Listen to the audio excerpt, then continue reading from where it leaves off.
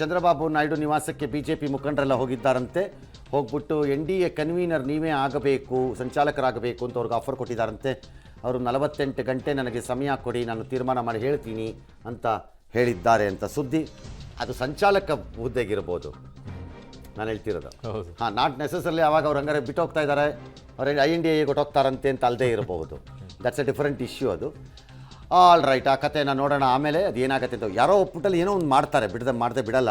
Somebody will have to decide something. ಆಗಲೇಬೇಕದು.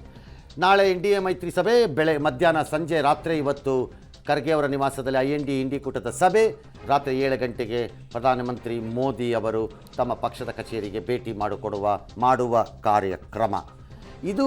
ಈಗ ಸಂಖ್ಯೆಗಳನ್ನು ಹೊರತುಪಡಿಸಿ ನಡೆಯುತ್ತಿರುವ ಬೆಳವಣಿಗೆಗಳು. ಇನ್ನು ಸಂಖ್ಯೆನೇ ಇಂಪಾರ್ಟೆಂಟ್, ಆದರೆ ಅದಕ್ಕೆ ಮೊದಲೇ ಪೂರ್ವ ತಯಾರಿಗಳನ್ನು ಮಾಡ್ಕೊಳ್ತಾ ಇರುವಂಥದ್ದು ಎಲ್ಲ ಪಕ್ಷಗಳು ತಯಾರಿ ಮಾಡ್ಕೊಳ್ಳಂಗಿದೆ. Everybody sees they have smelt the blood. ರಕ್ತದ ವಾಸನೆ ಎಲ್ಲರಿಗೂ ಕಾಣಿಸ್ತಾ ಇದೆ ಅನಿಸುತ್ತೆ. ಹಾಗಾಗಿ everyone is trying to occupy ಆ ಪೊಸಿಷನ್ಸನ್ನು. ಇದರ ಮಧ್ಯದಲ್ಲಿ ಯಾರು ಯಾವ ಡಿಮಾಂಡ್ಸ್ ಇದೆಯೋ ಏನೋ ನಮಗೆ ಗೊತ್ತಿಲ್ಲ. Will have to see all that. S.